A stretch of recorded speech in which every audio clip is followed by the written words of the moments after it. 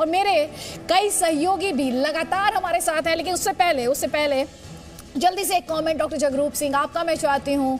तस्वीरें हम दिखा रहे हैं चरणजीत सिंह चन्नी की भी, भगवंत मान की भी। इन तस्वीरों के मायने क्या, अगर आप संक्षेप में हमारे दर्शकों को बता पाएं। और थोड़ा सा मलाल हो रहा है कि आप वहाँ नहीं हैं पोलिंग बूथ पर अपने मताधिकार का इस्तेमाल करते हुए।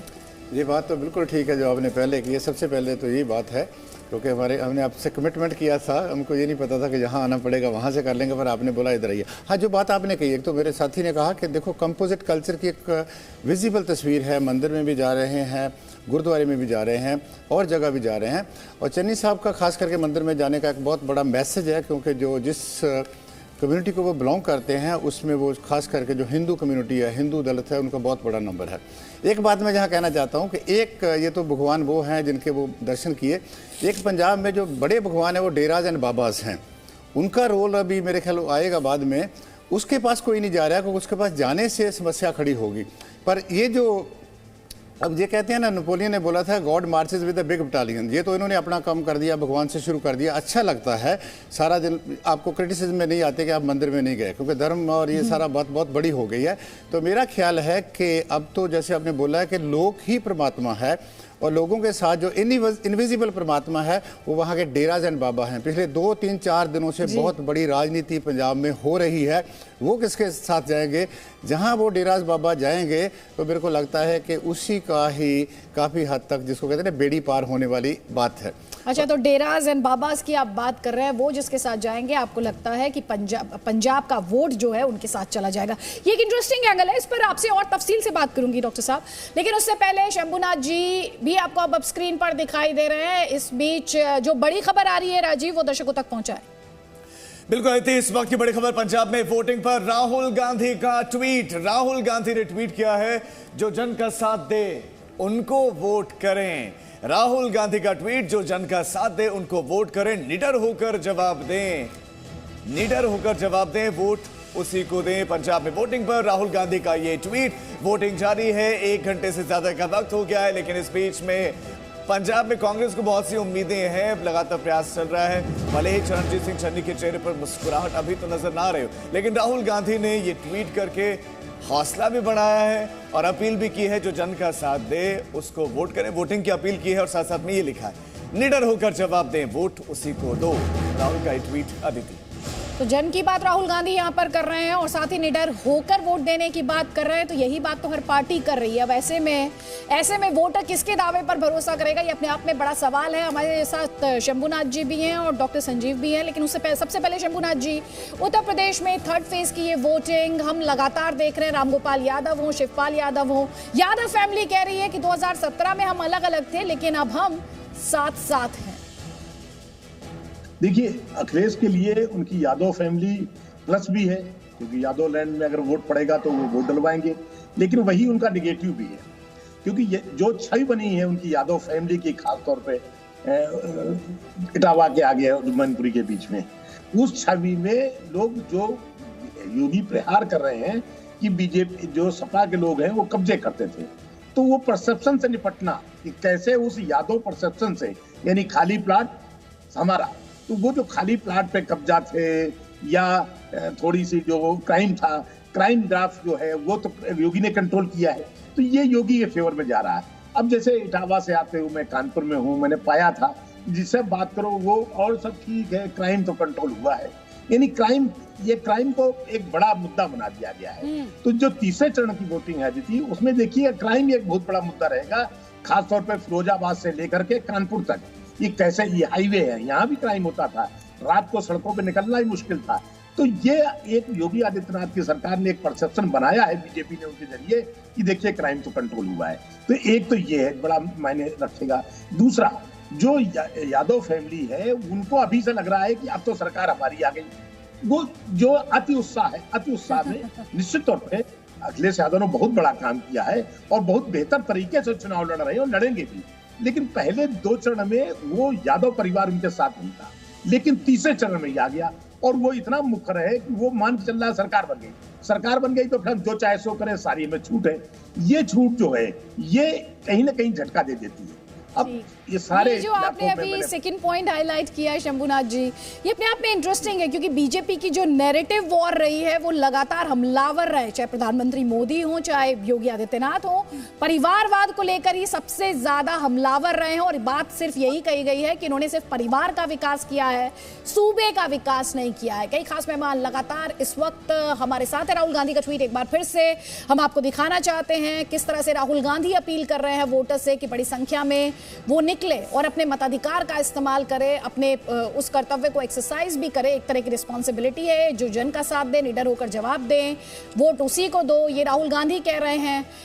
और साथ ही प्रधानमंत्री द्वारा भी अपील की गई थी, गृह मंत्री द्वारा भी अपील की गई है कि बड़ी संख्या में लोग निकले हैं। संजीव जी, एक कमेंट यहाँ पर आपका भी चाहती हूँ कि एक तरफ हम बार बार सुन रहे हैं पॉलिटिकल पंडित को भी ये कहते हुए यादव लैंड, लेकिन जो बीजेपी का सोशल इंजीनियरिंग का फॉर्मूला है, जिसे रेप्लिकेट करने की कोशिश समाजवादी पार्टी ने इन इलेक्शंस में की है, ये टक्कर उसके बीच भी है।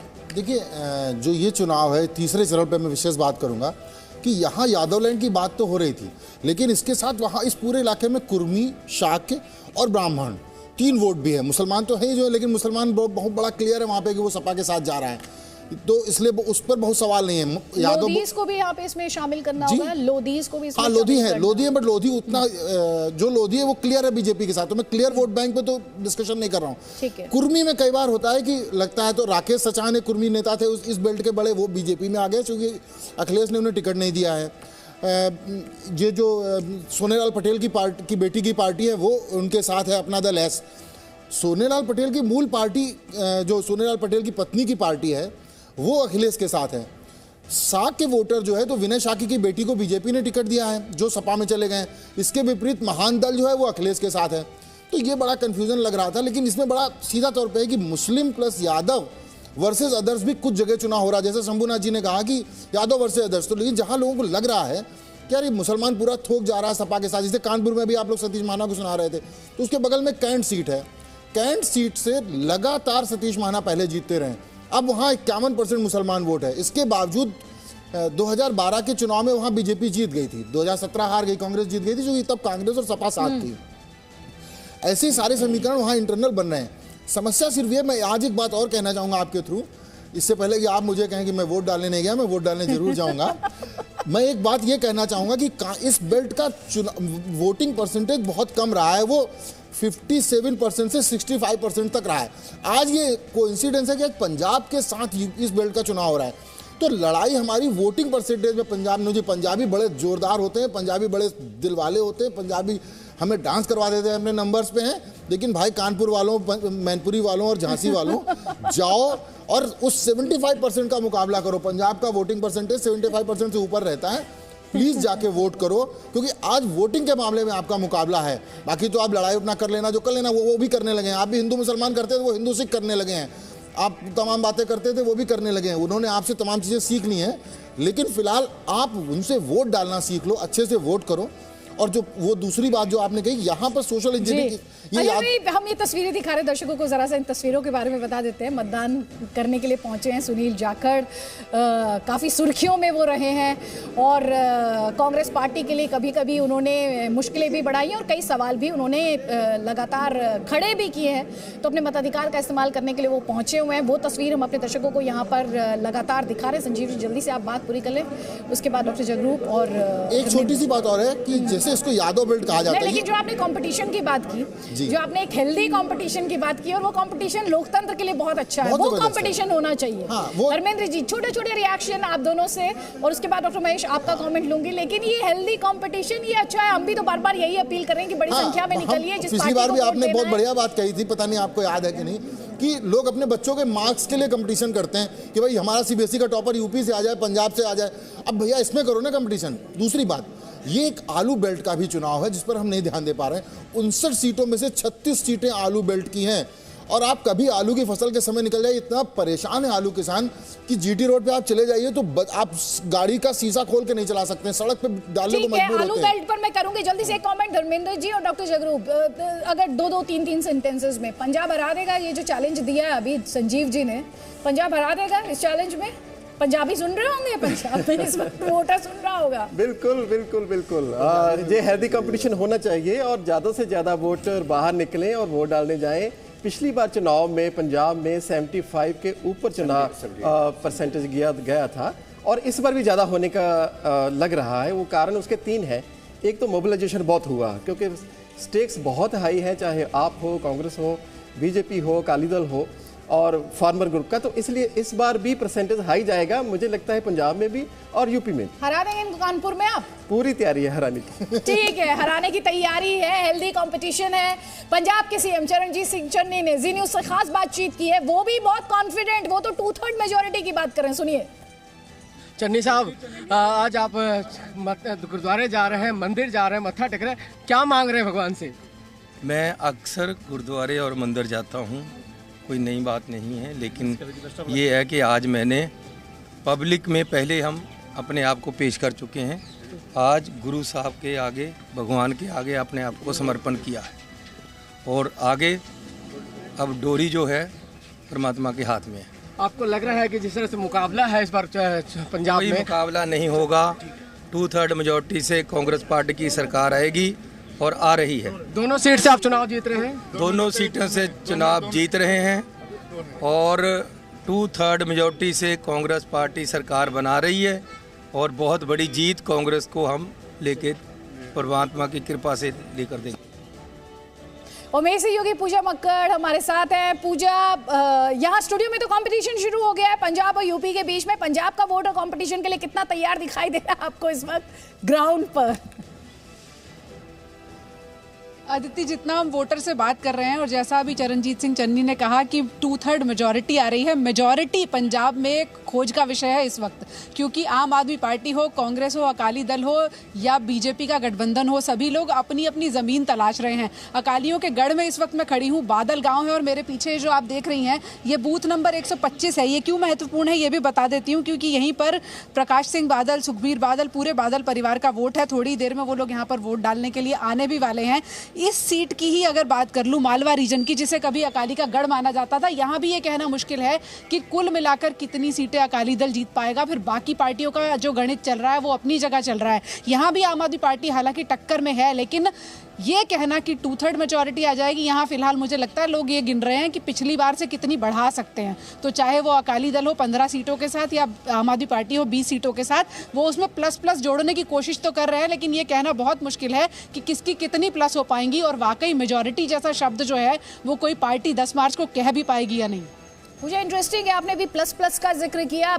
पार्टियों के तो अपने अपने दावे हैं और वो अपनी तिकड़म के साथ प्लस प्लस करना चाहते हैं। हम चाहते हैं कि वोटर प्लस प्लस करे, वोटर प्लस प्लस करे, वोटर बड़ी संख्या में निकले, वोटर अपने मताधिकार का इस्तेमाल करे और अपनी चॉइस एक्सरसाइज करे, जो कि उसे डेमोक्रेसी का एक इंपॉर्टेंट हिस्सा बनाती है, सबसे इंपॉर्टेंट हिस्सा बनाती है, एक तरीके से कहना चाहिए। मेरी सहयोगी भावना भी हमारे साथ है मोहाली से। मोहाली में किस तरह की तस्वीरें इस वक्त देखने को मिल रही हैं, दिखाइए हमारे दर्शकों को भावना। बिल्कुल अदिति, देखिए जिस तरह से पंजाब में ठंड है, धीरे धीरे लोग बाहर निकल रहे हैं। सबसे ज्यादा अगर हम तस्वीर दिखाना चाहेंगे तो आप देखिए सीनियर सिटीजन्स जो हैं वो सबसे ज्यादा, बिल्कुल बिल्कुल, अब धूप निकलने शुरू हो गई है, लोगों का आना भी शुरू हो चुका है। आप देखिए सीनियर सिटीजन सबसे ज्यादा तस्वीरों आपको नजर आएंगे यहाँ पर। और ये मोहाली का ये जो सेंटर है, यहाँ पर अभी अंदर अपने परिवार के साथ बलबीर सिंह सिद्धू जी गए हुए हैं, जो कांग्रेस से प्रत्याशी और 3 बार से विधायक हैं। आप तस्वीरों में भी दिखाते हैं कि जो बाहर वोट डाल के लोग निकल रहे हैं, बुजुर्गों की संख्या सबसे ज्यादा है, उनमें ज्यादा एक्साइटमेंट हमको दिख रहा है। लोगों का कहना है, देखिए लोग बदलाव भी चाहते हैं, लोगों के मुद्दे भी अलग अलग है। लोग चाहते हैं कि वो अपने बच्चों के लिए वोट करें, कुछ कह रहे हैं कि हम अपने बच्चों के भविष्य के लिए, उनके एजुकेशन के लिए वोट करें। तस्वीर आपको दिखा देते हैं कि देखिए कुछ बुजुर्ग हैं, उनसे भी बात कर लेते हैं। एक्सक्यूज मैम, आप लोग वोट डाल के पहुंचे, क्या मुद्दे हैं आप लोगों के, क्या साहब, इसी दिन के लिए लाखों हमारे शहीदों ने कुर्बानियां दी कि हम अपना वोट का इस्तेमाल करके, अपने दिमाग का इस्तेमाल करके अपनी मर्जी की सरकार चुने। वो सरकार चुने जो देश और खास तौर पे यहाँ पंजाब की अखंडता को ध्यान में रखे। और मैं मानता हूं कि हमारे देश के और खास तौर पे पंजाब के जो हमारे नागरिक हैं बड़े जागरूक हैं, और जो भी पंजाब को टुकड़े टुकड़े करके राज करने के सपने देख रहे हैं उनको मुंह तोड़ जवाब देंगे। क्योंकि सब नौजवान आप देख रहे हैं बड़ी तादाद में यहाँ खड़े हैं, नए वोटर जो हैं वो अपना उज्जवल भविष्य देखते हैं। वो आज उनको पंजाब की बेहतरी के लिए मेरी भी अपील है, अभी बढ़ चढ़ के सभी आके अपना मतदान का इस्तेमाल करें। नॉर्मली हमारे यहाँ अबोर के अंदर 80% के आसपास वोटिंग होती है। तो सुनील जाखड़ को आप सुन रहे थे। कांग्रेस पार्टी की मुश्किलें काफ़ी उन्होंने खैर बढ़ाई हैं जब उन्होंने ये कहा था कि हिंदू सीएम नहीं चाहते थे इसलिए उन्हें सीएम नहीं बनाया गया कांग्रेस पार्टी द्वारा। ये इस तरह के दावे उनके द्वारा किए गए थे। भावना हमारे साथ है। भावना, ग्राउंड पर क्या तस्वीरें जरा दिखाई दर्शकों को।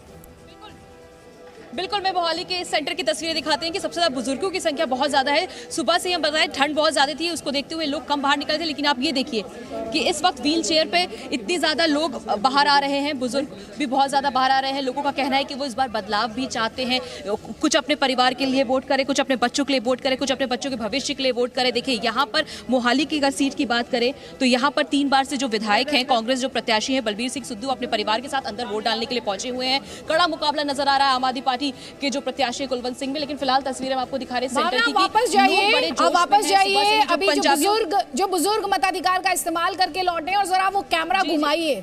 आज हम आपको दिखाना चाहते हैं कि आज का सुपरस्टार कौन है। आज के सुपरस्टार वोटर्स हैं। देखिए कैमरा किसे चेस कर रहे हैं। देखिए सर, आप वोट डालने के लिए आए हैं, आप कितने सालों से वोट डाल रहे हैं? अच्छा, लेकिन आप देखिए ये बहुत ही अच्छी तस्वीर है। जो बाबा अभी वो बोलने में असमर्थ है, लेकिन देखिए ये तस्वीरें दिखाती है कि लोकतंत्र का जो त्यौहार है वो सबके लिए कितना जरूरी है और सब इसे बना रहे हैं। देखिए किस तरह से जो लोग हैं वो सुबह से ही वोट डालने के लिए पहुंच रहे हैं। ये बेहद ही शानदार तस्वीर है। ये दिखाता है कि कितना आज आप अपने इस मत का इस्तेमाल करके अपने मनपसंद प्रत्याशी को चुन सकते हैं। और भी तस्वीरें ऐसी ही निकल के बाहर आ रही हैं। खासतौर पे जो बुजुर्ग हैं, जो सीनियर सिटीजन्स हैं, वो ज्यादा से ज्यादा बाहर निकल के वोट करें। देखिए अगर हम यंगस्टर्स की बात करें, अभी दिन धीरे धीरे खुल रहा है। अभी 12 बजे के बाद बहुत ही इंटरेस्टिंग भी, दिलचस्प भी, और जो दूसरे लोग इस वक्त जी न्यूज़ देख रहे होंगे उनके लिए इंस्पायरिंग भी, कि बड़ी संख्या में किस तरह से लोग निकल रहे हैं। नेता जो हैं आज भगवान की शरण में। सोचिए जरा उनकी नर्वसनेस का अंदाजा लगाइए, उनकी टेंशन का अंदाजा लगाइए। वो नेता जो आपको टेंशन में रखते हैं आज वो खुद टेंशन में है और भगवान की शरण में। और यही लोकतंत्र में आपकी ताकत है, क्योंकि आज का स्टार कौन है? आज का स्टार वोटर है। आज सारे कैमरा आज वोटर को चेस कर रहे हैं। तो हम लगातार ये बड़ी कवरेज आगे बढ़ा रहे हैं। #election-on-Zee, कई खास मेहमान, मेरे सहयोगी ग्राउंड पर। पूरी तस्वीर, जानकारी और विश्लेषण जी न्यूज़ पर जारी है। आप रहिए हमारे साथ।